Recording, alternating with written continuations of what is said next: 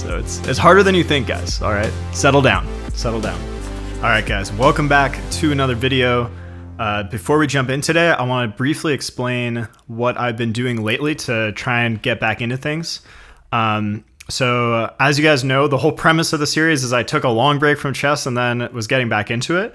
And then I played a little bit, but I actually just took about like a 2 or 3 month break where I wasn't playing very much. And just this week, I started doing puzzles again more, and I also started watching some more old like Grandmaster lectures on YouTube. So we'll see if that shows up tonight in today's session. So I'm going to play a couple games. We'll see how it goes. But yeah, I'm not just playing games. I'm also doing things behind the scenes to try and improve. So with that in mind, I'm going to do just maybe 10 puzzles on Puzzle Rush on survival mode, and then we'll jump into a game. Okay, I think we just push for a queen here.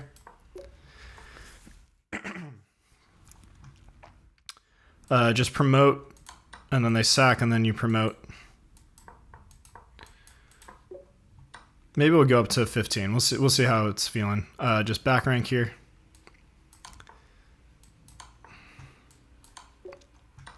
Back rank. Just a little matus right there. Mate. Mate. Give me a lot of easy ones so far.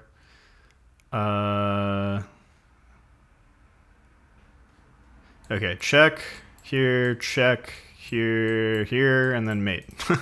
Mate in 3. Mate. All right. I think here and then mate is unstoppable. Yes. Mate from the bishop support.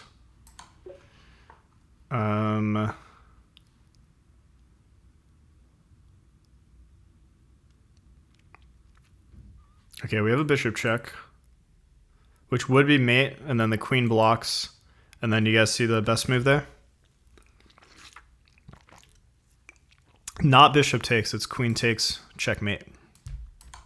Okay, they didn't make me show it. We'll do a couple more.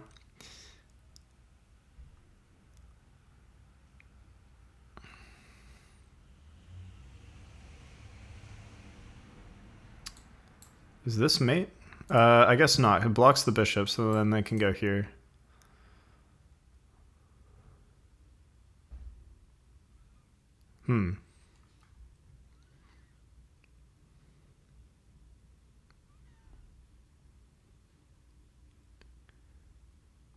Maybe I'm missing something obvious, but yeah, maybe here and then here. You maybe have a discovery there, but I don't see. Well, maybe no, that's just a repetition.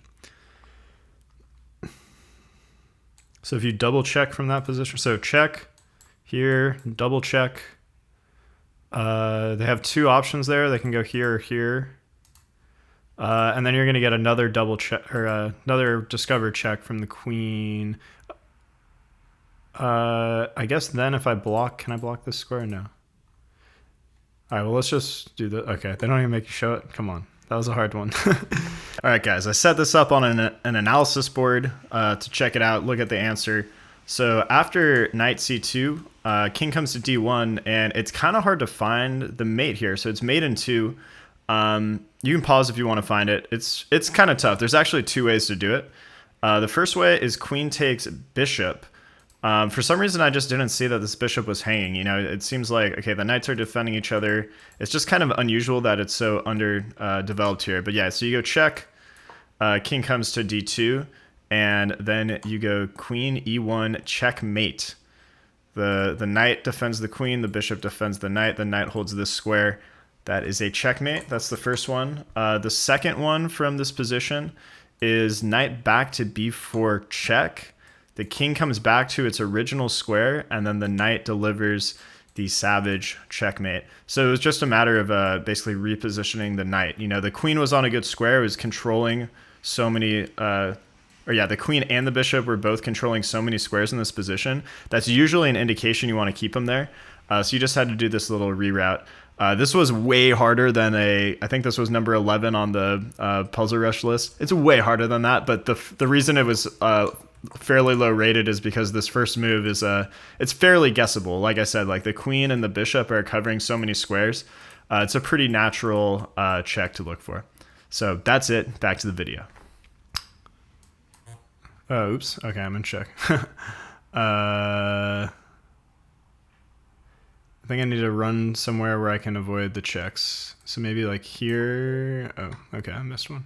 All right, guys. So this one actually wasn't too bad. So we have to combine two ideas. So we have a discovery check, right? Once I move the bishop, I get a discovery. Somehow, can you combine that with the fact that we're in check this way? Maybe some of you guys already got this. So the move was bishop to d3, check. Check. And now the king has to move, only move. And we deliver a nice checkmate this way. So yeah, bishop d3. I find that to be a satisfying move. And if you find that satisfying, I think you should also drop a like on the video. All right, back to it. All right, next one I get, we'll call it. So I think here, yeah, I just made in two. All right, let's play a game. All right, my opponent is 15-14. Let's get into it. So we'll see if all of my, okay, this is Petroff's defense. The simplest thing, which I recommend to people. So if you take, you have to know kind of a lot of theory because well, actually as white, it's not as bad, but yeah, I usually just play this to not go into Petroff's defense because that's just one less line I don't have to know. Yeah, let's castle. And in these positions, when I have my bishop out, I usually end up playing h3 so that their bishop can't pin me here because then that's like a forever pin. That's super annoying. So I'll probably do that once they, yeah. All right, I'm gonna try to also play a little faster this game. Could go here. I need to develop the bishop, and this is a pretty normal trade-off. You do double your pawns, but you get an open file for the rook. Okay, I can't take with the knight. Can you guys see why? Because they take back with a fork. I could take with the bishop. I could also just ignore. They are attacking my light square bishop, though. I do defend, though. Well, we can also... This is kind of a better diagonal. Now that they're castled, this is kind of a better diagonal for me anyways. You know, pressuring the king. Okay. I can't really go here because then they take and... Oh, sorry. They take and double the pawns. And then, yeah, same thing. I can't really go here because of... They take. I could move this knight. Okay, yeah, why don't we move this knight? This is actually a really common idea in these king pawn openings, and I usually play this a lot. Is like to move this knight anyways, and then thrust the f pawn and basically start an attack like on the king side, either to open it up or okay. Could retreat. Could also maybe take first and then retreat, because if I retreat, they're gonna take me right away. Because, yeah, this is a good bishop, but if I take and then they take... Well, then I take. And then they take, and then I take, and they have doubled. I don't know. Oh, man, 120 on the clock. All right, let's try and make it complicated for them, I guess. Man, I really thought I was moving faster, and then still... Oh, wait. Oh, no, I think I just blundered. Because now... Man... Yeah. Okay. How can I minimize the damage here? Let's go here. So if they, yeah, if they take, I at least get rid of their bishop, and they have these funky pawns. All right, let's take. Oh, this is hanging, but yeah, I don't know. It's probably fine because these are weak long term. Okay.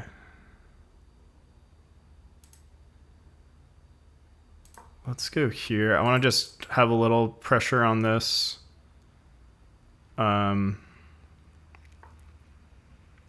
Okay, in retrospect, this was not a good move because of this. So I can't go there because okay, there's forks and stuff. Yeah, this is bad, guys. All right, 40 seconds on the clock. Man.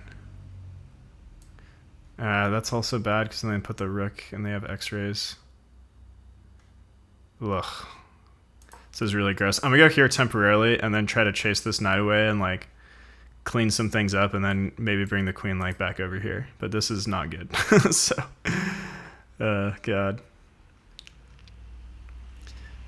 So I might just throw this in. This is not like a good move, but okay, let's just develop the rook, have some pressure, an x-ray here on the queen. I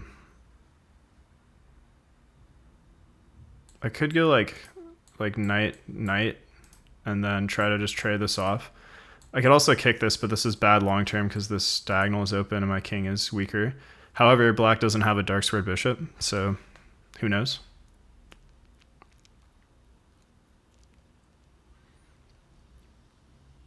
Okay, we have 25 seconds, so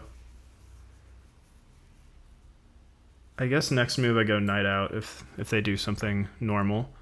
Okay, yeah, I defend. Let's go knight out with the intention to go here. And then maybe we can stack the rooks and then like play here and then, I don't know, do some stuff. We'll see. I need to play very quickly though. Okay, let's just go for this trade. I do also still have tension here if this queen ever moves away. So if knight doesn't take, then I think I go here with threat of this.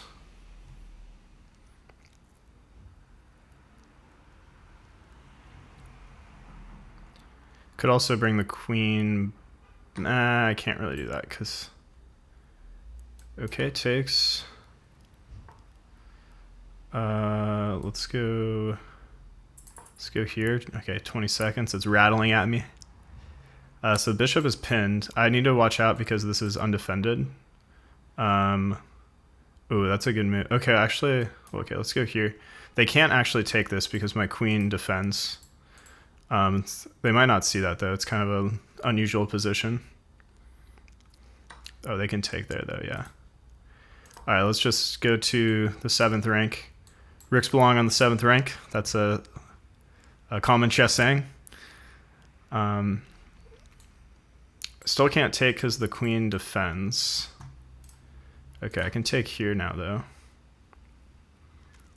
This was a good move because yeah, I couldn't evacuate my knight and they were attacking it. Or sorry, my rook. All right, let's like go here. I'm attacking 2 pawns now. Could also maybe sack. Okay, I have 10 seconds. Let's go for the sack. I don't know. Maybe. Might be good. I think it's probably not good because like, yeah, they got the queen nearby. But, you know, stuff can happen. Yeah, this is bad. I think they should have taken the other thing. But yeah, I mean, okay, rook takes. Okay, you go there. Oh yeah, I'm getting not mated yet. I can defend, but very bad.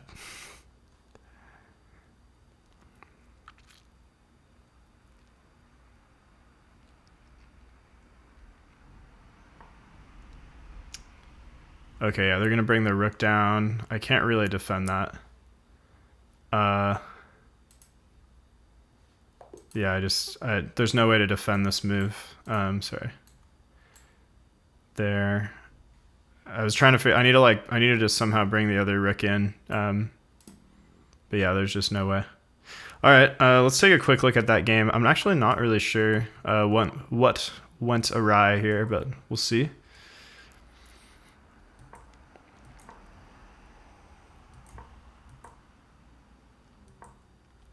So yeah, this all looks very normal to me. Computer saying black has slight advantage. Not sure why, but so yeah, here's when things start to get dicey. Maybe I need to just play bishop takes knight.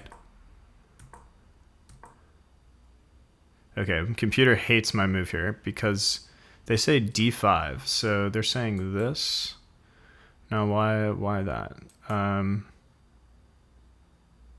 guess they just get a really big center. Like I have to retreat, and then oh yeah, you can like take, and then fork me. Like yeah, it's starting to look starting to look a little bad here.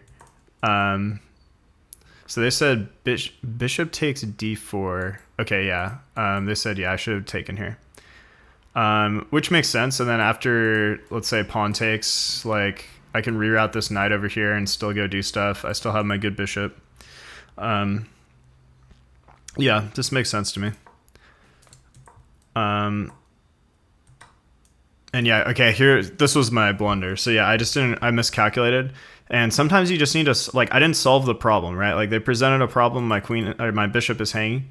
And I tried to get a little too cute and I didn't calculate it all the way.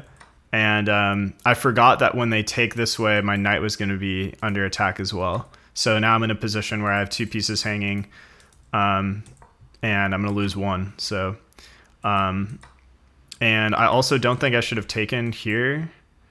I should have just let them take if they wanted at some point, and I can just like get a rook here and then target these weak pawns. Because yeah, I lost my central pawn, which was useful. So yeah, I think better move, probably start sending the f pawn potentially, or try to like somehow target these pawns. Let's see, what did computer say? Computer says b3, rook c1, rook e1. Let's see, does it hate f4? Doesn't particularly like it because of c takes. C takes, c4. I guess they're able to trade it right away. So like they go here and they kind of undermine the center now because like this pawn is going to fall, but I don't know. Yeah, the engine hates this, but oh yeah, because they're still up a piece from my blunder. So okay, we continue. So yeah, okay, this was also a really bad move because I think in some prior games I mentioned like you want to find like a solid square for the queen, because like the problem with the queen is it's very vulnerable. Like here, like they just move a minor piece, a very normal developing move, but now they have x-rays on my queen and it's a super huge problem. Like I basically need to move somewhere else. So I should have thought of that. You know, so I don't know where to put the queen here. I considered actually in the game I was thinking about queen h5. I can't remember why I didn't like this. I guess I didn't like the look of this knight like jumping in, and then maybe getting this pawn because that's kind of a fork. Let's see, what is computer says rook e1 or f3. Okay, so yeah, they recognize the strength of this knight if it's suggesting f3. So okay.